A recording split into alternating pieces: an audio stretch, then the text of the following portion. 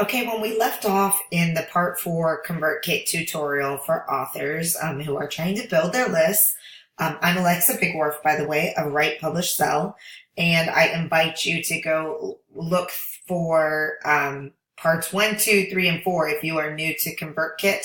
They'll be linked in the notes from this video as well. Okay, so in the last video, we left off with working inside the email sequence. And then once you have completed the email sequence, how do you continue coordinating or communicating with your email list? What kind of things should you send? How often should you send? And where do you send them for? Or where do you send them from? One of the things that I like to do within this email list or within this sequence is at the very end, we haven't added in all of the emails yet, but let's say we are, final email in sequence. Okay.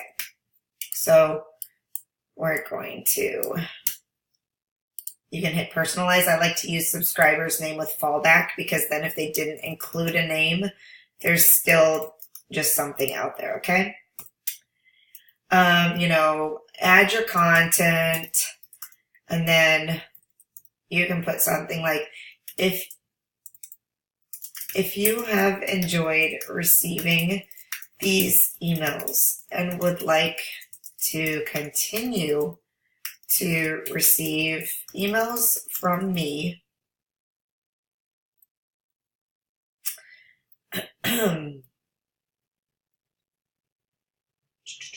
trying to think of how to phrase this. I just got caught up on myself. So emails from me about conflict-free parenting, communicating with your teenager, and building a better relationship, plus information on free challenges, resources, and more.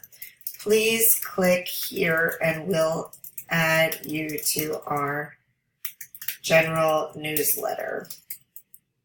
Okay, now this is the tricky part because when you do this, there are a few things that have to happen. Part 1, you have to have a link for them to click. And part 2, you need to have a tag for them to be added to so that we know to add them to the list. Okay, so I'm going to walk you through all of this. Let's start by just saving this right here and hopping over to the website and grabbing a link that will work. So if you're setting this up on your own, I would suggest creating a thank you page. So that's what we're going to do. We're going to create a thank you page on the website that says, thank you for wanting to be on my list. Okay, let me pause for a second. All right, so for those of you who use WordPress, this will be very helpful. If you don't know how to do this, for those of you not on WordPress, I'm sorry.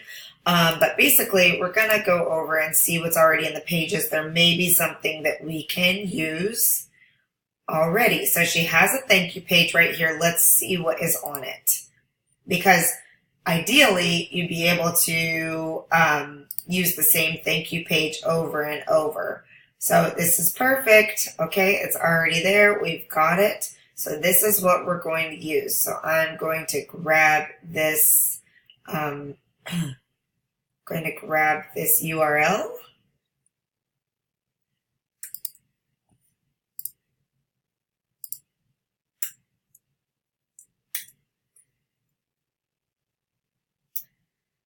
Okay, so this, we've got it forwarding to another PDF. That is okay, but hang on. Okay, we're updating this thank you page just a little bit so that it helps her grow her social media Facebook group as well, and still offers the opportunity for people to email her if they're not interested in being on Facebook, because not everybody is. So first of all, they're going to get this page that says, thank you for subscribing. You can read it. We look forward to sending useful content, blah, blah, blah. Please join the conversation. Invite them to your group. If you're not running a group, invite them to follow you on Facebook. Invite them to like and follow your Instagram account. Invite them to follow you on Twitter. Whatever it is that you want to do, always give a call to action on your thank you page so that you can take advantage of growing your platform once they hit this page. Then you can also offer them the opportunity to just email you if they don't like it. Okay, so now, if they don't want to be on Facebook or don't want to do those things. So now we have a URL. It's time to hop back over to Convertkit. And we are going to go first over here to Home. And we're going to set up a tag that says, every time somebody clicks on this link, the tag is going to be add to newsletter. That's easy enough, right? Or maybe we'll just opted into newsletter. That's even more clear. Then we know exactly what that is. So now we've created a tag. We can go over to automations. And if this is throwing you for a loop, if you have no idea what I'm talking about with any of these things, please go back and watch the first few videos and you will have, you will know. So we can either set up an automation, which is a pretty schematic of what's going to happen. I like to just use a rule. It's easy. And we're going to set it up here and we're going to say, when someone clicks this link, I'm going to put the link in here, opt in to newsletter. And that link is right here. So when they click this link on any message, so whenever you want to, if you're sending a broadcast, if you've got a sequence, wherever it is, anytime they click on this link in your newsletter, then they are going to get, you're going to add a tag, and the tag is going to be opted into newsletter. Boom. Okay, so now you have a rule set up that says every time I include this link someplace in my emails, then they're going to be added to the tag opted into newsletter. Now you're going to go back to your sequence. You're going to go back to the email that you had that in there. And we're going to say, if you want to continue to receive emails from me, please click here and we'll add you to the newsletter. That's where we're going to insert that link. Okay? And we're going to open the link in a new tab.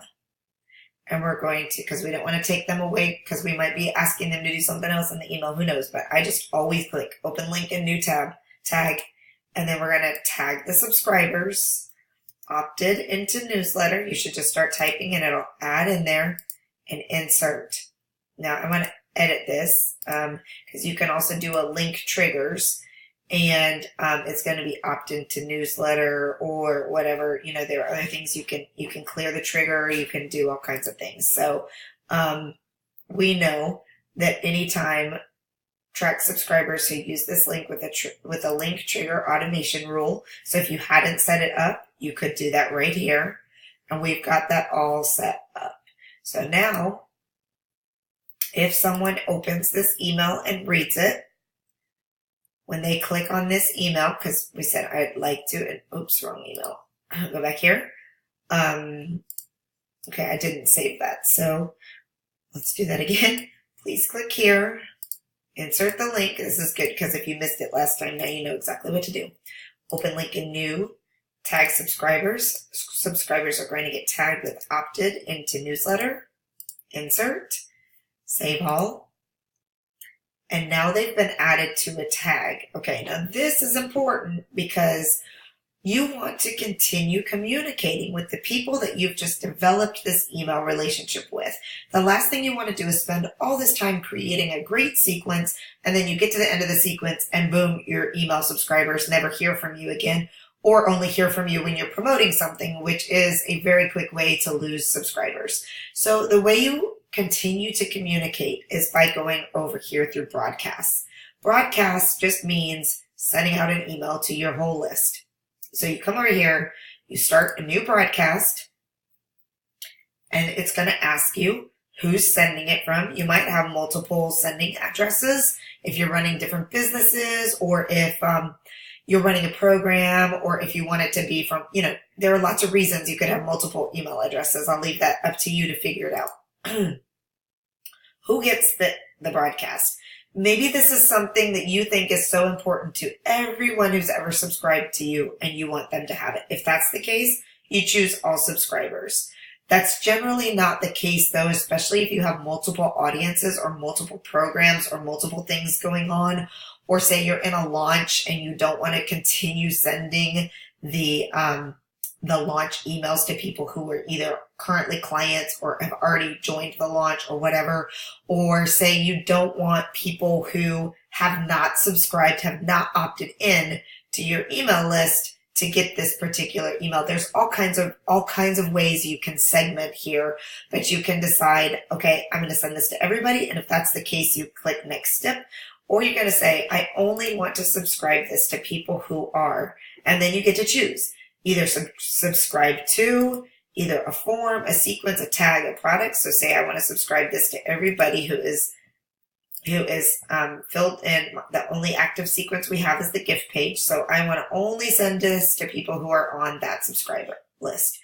And it will take off anybody who is no longer subscribed to that. Or it could be that subscriber list and have done something else. Or you can say, I want to, you can create segments as well, which is a bit more complicated, or cold subscribers within a country or region. Say you are going to do a live event someplace, and so if people have filled in their information, you might know that you might have asked them to click someplace where they're from, or set up a rule for that. So there's lots and lots of ways.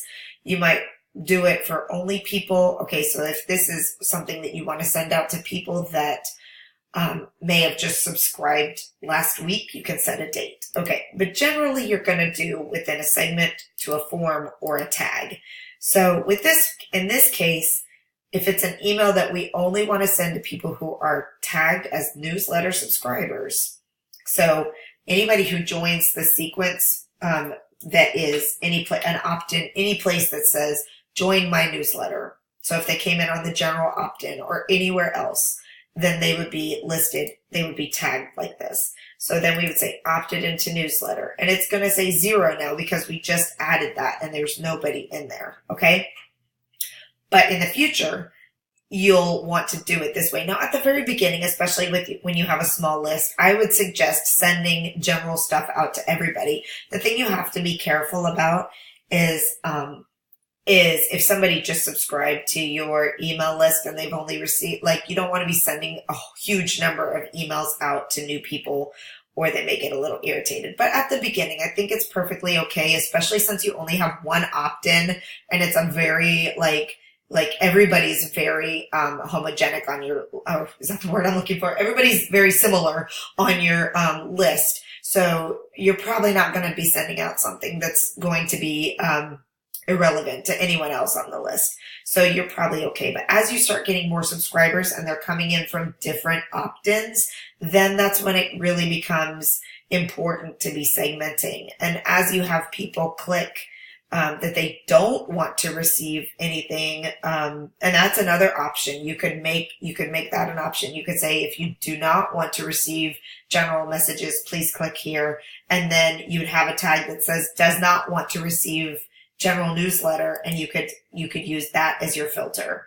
Okay, so there's lots of ways to filter it out, but the important thing is that you want to be able to send a newsletter out to communicate regularly. So that's how you do it. You set up who it's going to come to, and then it's just like sending any other email anywhere else. You come up with your email subject, you type out your email, you wrap it up nicely, you hit next step, and let's see if it'll let us. It won't. Oh, it did let us do that without anything. But you can either set it up to send immediately, or you can set it to schedule. You can do a preview of it. You can do all kinds of things. If you decide to schedule, it'll let you say, okay, we're going to send this on the 10th at 9:05 a.m. Schedule the broadcast and hit save draft, and off you go. Okay, so that's how you send. That's how you will continue from here on out. Communicating, unless you want to add more emails to your sequence. If you decide, okay, people who hop in on this sequence, they really should be receiving this, this, and this, then you can continue to just add emails to your sequence. But you have to remember that if it's time sensitive, you don't want it to go into the sequence, because if somebody just joined your email list yesterday, they will not receive that email until the end of your email sequence. So the broadcast is definitely the best way for time.